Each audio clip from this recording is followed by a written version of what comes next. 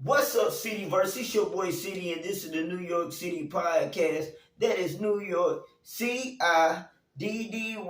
And when y'all here, don't forget to do y'all job and smash that subscribe button. Let's go. This is New York. This is New York. This is New York. This is New York. This is New York. This is New York. This is New York. This is New York. This is New York. This is New York. This is New York. This is New York. This is New York. This is New York. This is New York. This is New York. This is New York.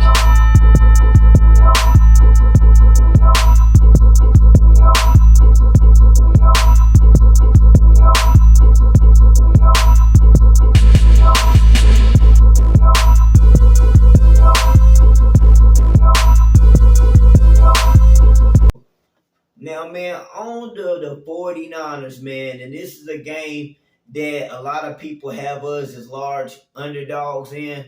And quite honestly, I think we could shock the world in this game. I'm looking forward to it because a lot of people at my church, they're 49ers fans. So my pastor's a 49ers fan, and they already been sending videos and stuff talking about how the game gonna go. So you know how that goes. But I actually got to do my film breakdown on the 49ers earlier. And I ain't gonna lie, I'm kinda underwhelmed. I ain't gonna say underwhelmed, but it's more like it's what's to be expected, but I don't think they expect what we're gonna be able to do against the 49ers. Now, I don't want to get too ahead of myself. We're gonna go on the numbers, man. We're gonna speak about Brock Purdy numbers against the Rams this past week. He was 17 to 25, 206 yards. So he was efficient with the ball, but he wasn't overly throwing it. And I think that's some things that's going to go in our favor. I'm going to speak on that in a minute. Also, we got our boy Daniel Jones. He had a pretty good game. What was his numbers exactly? I'm trying to remember what they were. I just seen them. But I know he ended up having he ended up having 321 yards passing. On top of that, he had 59 yards rushing. And the thing is, a lot of that didn't come till the second half, man. So if we can be that team that's going to show up against the 49ers, we got a chance. There's a couple things, of course, we got to talk about as far as we're down a couple of starters. We're not going to have Andrew Thomas. We're not going to have Saquon. He's not going to be there. And that's the right call on Saquon. I thought I knew it was capped from the beginning when they talking about there's a chance he'll play Thursday. No, he not, bro. Y'all been saying he was week to week, and it is literally been within a week, but it seemed like it's an update every 30 minutes or whatever. I'm doing too much. I'm being extra. But you get what I'm saying? Like, I already knew Saquon wasn't going to. There's no way he's going to play. That injury, I seen it when it happened live. The dude got bent all the way backwards, and we got lucky he didn't get hurt more than he ended up getting hurt. But we end up catching a break on that. He's not out for the season. He only going to be out for 3 games. Now, he might not be out 3 games, but I'm realistic. I'm pretty sure he's going to be out 3 games. There's no reason you should risk that injury. But he's going to be out. Andrew Thomas is going to be out. Who else? It was somebody else. It was another. Who else did they say? Aziz is going to be out. That's who's it. Oh, yeah. So it was Aziz and Bredesen. Now, with that being said, I hate to say it because I don't like nobody being hurt, but Bredesen, I'll accept that one a little bit differently than some of them other ones because I want to see what the young boys can do in his position. So I want to be able to see Azudu. I want to be able to see McKeith in him with, I don't know if Mark Lewinsky's benched again this week. We're going to see. But all in all, man, if we actually have a chance against this 49ers team, it's nothing that is too overwhelming that we can't overcome. Of course, y'all got to watch out for Christian McCaffrey. That he's going to get active regardless. You got to watch him. And they do a good job at spreading the ball around. Now, as far as their with Brock Purdy, I believe in Purdy. I think he's a good story. And I do think he's an underdog. But do I just think he's just a superstar. I haven't quite seen that yet. What I seen in the game against the Rams when I broke down the film, I think what he does good is actually going to go in our favor. He has a way of making throws where it's like not. It's like he's purposely not throwing it accurately. Like he's throwing it accurately, like in their vicinity, but it's almost like he's trying to protect the tight ends and receivers, and that's what you're supposed to do. But with how he threw the ball, some of them caught up in the air, and I think that's going to go in our favor because I believe in our secondary. I'm not even going to hold y'all. I believe in Dante Banks. I believe in Trey out there. I believe in Jason Pinnock, and I believe in Xavier McKinney. They've showed that they can actually play decent coverage, bro. So if they can keep up with that, we in good shape.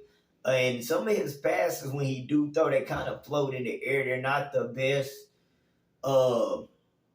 They just float. So I feel like a lot of them he might overthrow, and I'm banking we at least have two interceptions. I'm marking that now. Now we're gonna have at least two interceptions against Brock Purdy because just some of the passes he do throw. Like I said, I think he's pretty straight. He can make the throws, but some of them hang up, and with the speed on our defense this year, I think we can make that happen. Now, my issue as far as how we're going to be able to hold our own, our pass rush needs to start getting there. We got a good secondary, and we should have more interceptions and stuff. Now, it's still early. It's only 2 games in, so it's kind of hard to say we should have more interceptions than we do.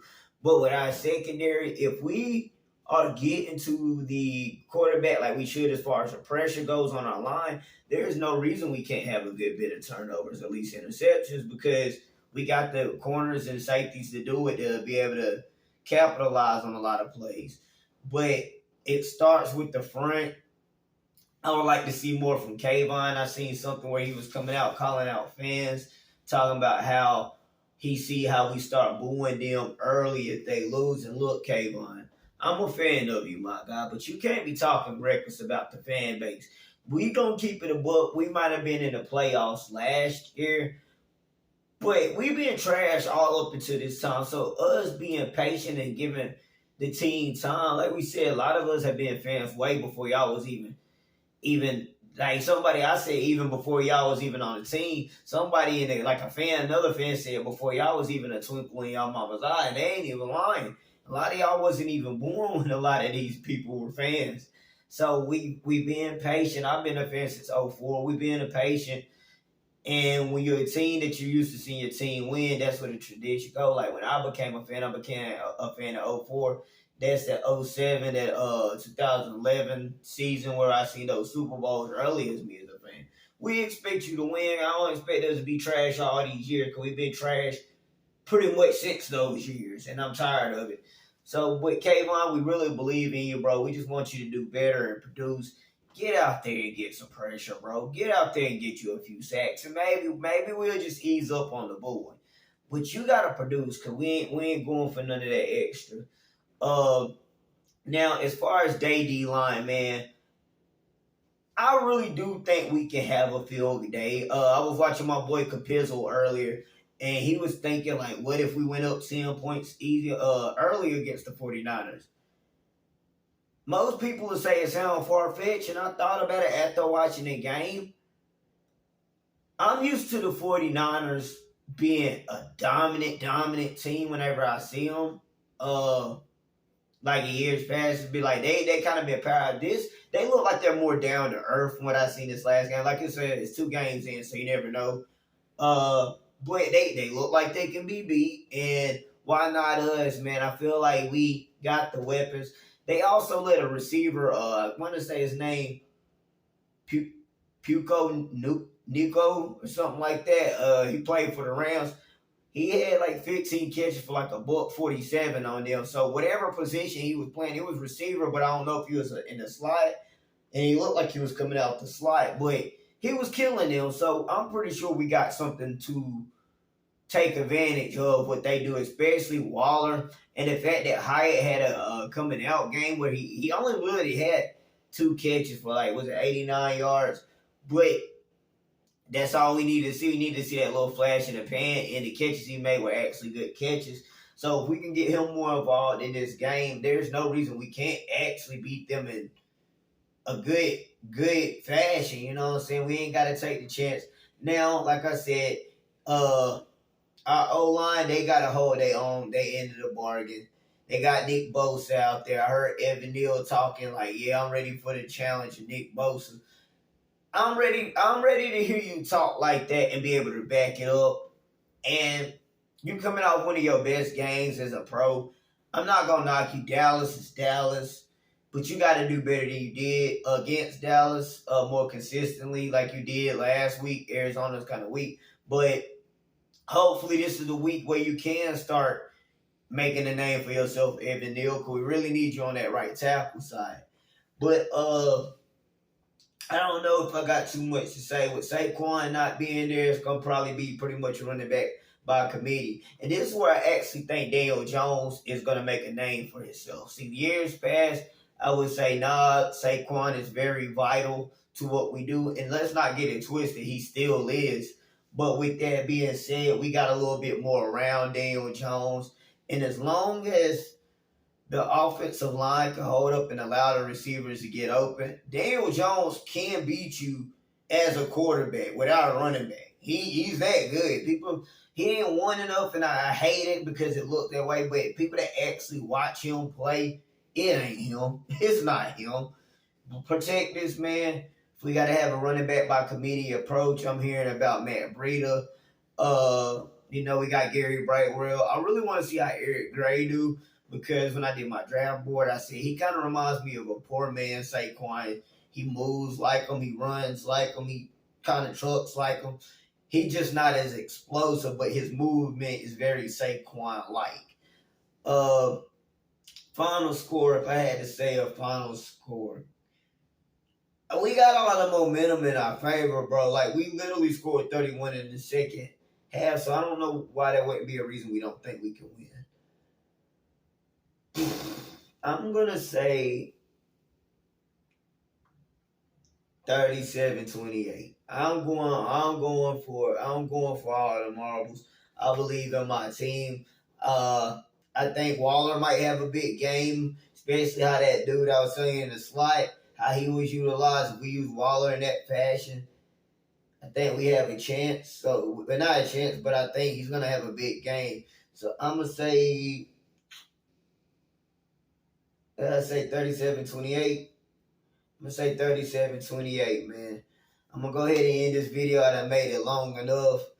I'm tired. I gotta still edit the video. But we get that in a place where we get the videos edited and stuff. So, man, y'all continue to be patient like Kayvon said, but I ain't Kayvon on the Giant. But this your boy, New York City. So, until next time.